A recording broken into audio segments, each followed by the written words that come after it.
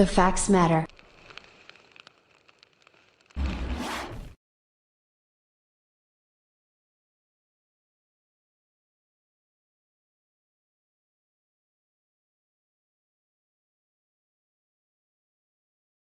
Good evening, everyone. Virgo here. It is July 30th, 2020. Happy Thursday afternoon to everyone. Or rather, evening, I guess, if we've clicked over to the evening section here of the day. All right, everyone, so I have some additional information with regards to the Monica Greer Justice Docket. Many of you have been asking questions in the comment sections pertaining to whether she actually is out on bond. The fact is that Monica is not out on bond. In fact, she's being held on $4 million bond. So just so that everyone is aware, Monica will not be getting out real shortly, I don't believe. It does appear as though her partner or spouse is not being held on any charges whatsoever, and she most recently gave an interview in which I have got the link, and I am requesting for permission to be able to post footage of that link. I have yet to hear back from that party. With regards to information on additional footage, I have got several statements here that the police gave the news, and I have some additional stuff for you guys to take a look at here. This is all just news footage at different times of the day, speaking to the sheriff's department, etc. So if you want to follow up with all of the additional footage that is on here, just go ahead and keep watching this. But so that everyone is aware, Monica Greer Justice is being held at the workhouse in Ohio, in Columbus, Ohio, on $4 million bond. All right, everyone, I hope you have a wonderful day, and stay tuned for the footage. Custody after a day-long standoff with police after 2 Franklin County SWAT officers were shot serving a warrant. Those officers are expected to be okay. Steve Levine live where the woman was arrested this afternoon. Steve. Stacia, let me show you what's going on right now. Still a very active scene here. It started this morning.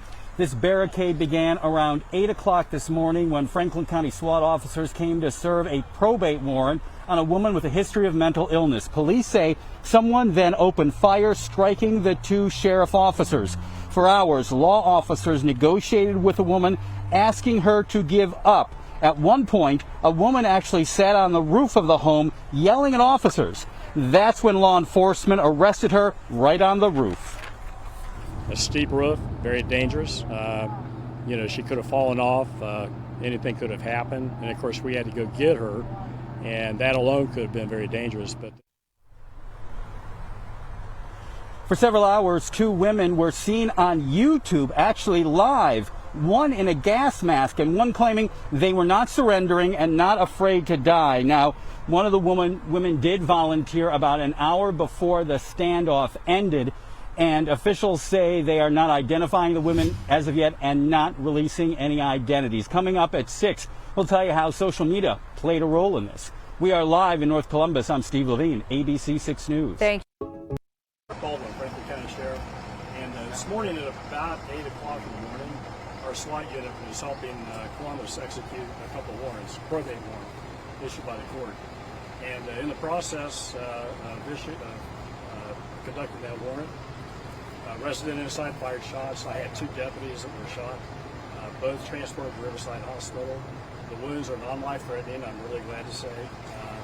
One deputy underwent surgery, he's out of surgery. The other deputy still has some leg wounds, didn't require surgery, but does require obvious hospitalization. They had multiple gunshot wounds, each of them. That resulted in a very long barricaded situation with the residents.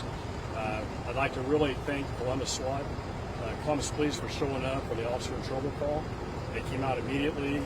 There were actually some court employees out here that helped pull deputies to cover during this time.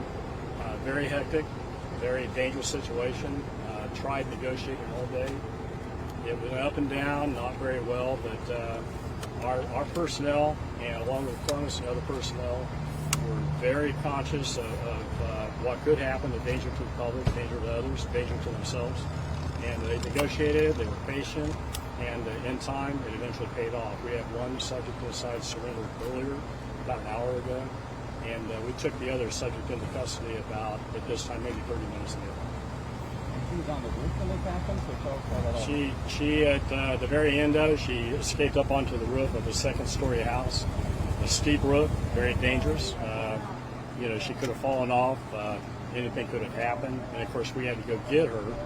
And that alone could have been very dangerous. But they were able to take her into custody up there without injury and brought her down, and she's been being looked at by a medic now and will be taken into custody. And how we saw that she was on social media, she was yelling. How did that play into it?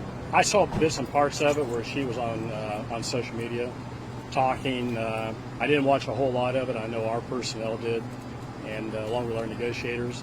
And some of that is you're just trying to gain intelligence to, number one, to see if there's danger for anybody in the house, and if there's any information you might be able to use just to communicate, and so just stuff like that. Talk about just the mindset of obviously going to a situation like this where two officers or two deputies have been shot. You're not quite sure what's going on in the home. This seemed to play out all day. What was kind of the tactic and the motive behind kind of waiting this out and trying to negotiate? Well, you just said waiting it out. At that point, we didn't know how many people were in the house. It turned out that there were two. We didn't know whether we had two suspects or we had a suspect and a hostage. We didn't know. And we know that by rushing in too quick, it can cause unnecessary injury. So we were patient, waited, tried to gather more and more intelligence. And as you probably saw or heard, we tried numerous times of using gas, ordnance, tried everything to get the resident to come out. And she eventually came out on her own up to the roof, but just a lot of patience and trying to slow things down, not rush it. Is it just one woman who was firing, or did the other person fire? That I don't know. I know there were two people in the house. I don't know if one or both fired shots. That I can't answer. Was the other person female or male? They were both female. Yes. Women facing charges? I would assume, but I can't really say. We have to determine, like I said earlier, if they were both suspect, if one was not involved in anything. That will be determined during the investigation, which is being conducted by DCI. The woman on the roof, did she have a gun in her hand? No, not that I am aware of, no. Correct. They're doing well. One deputy is out of surgery, and he took several rounds, one to the leg, one a little bit higher. Ended up with surgery. He's out of surgery, and I understand doing well. The other deputy had several gunshot wounds to the lower legs, and he's also doing well. Did not require surgery, but does require quite a bit of work. So did this happen at the front door? That I can't. I believe so by talking to some of the people that were there. I think it was around the front of the place, but I don't know that for sure. And what was the initial call out for this? It was a probate warrant. Standard. That's our duty as a sheriff's office. When the court issues a probate warrant, that's one of our duties to go serve. And based on someone's history or the level of violence that our people might encounter, we may send deputies in uniform. We may send SWAT team members, and this required a higher level of response, so our SWAT team members were actually executing that, and that's a standard duty for them. And why was there a higher level needed for this case? That would all depend on the resident's history, contact law enforcement, whatever the court comes up with. It's just a system to grade what danger they may present. Sheriff, can you talk about just how many of these probate warrants you serve and how dangerous they can be? They, at one time, several years ago, the number of warrants exceeded 1,500 for a year. And it is exhaustive. It's a lot of work. It depends on the danger element on each one, how the kind of response, how many people respond. So a lot. I mean, numerous.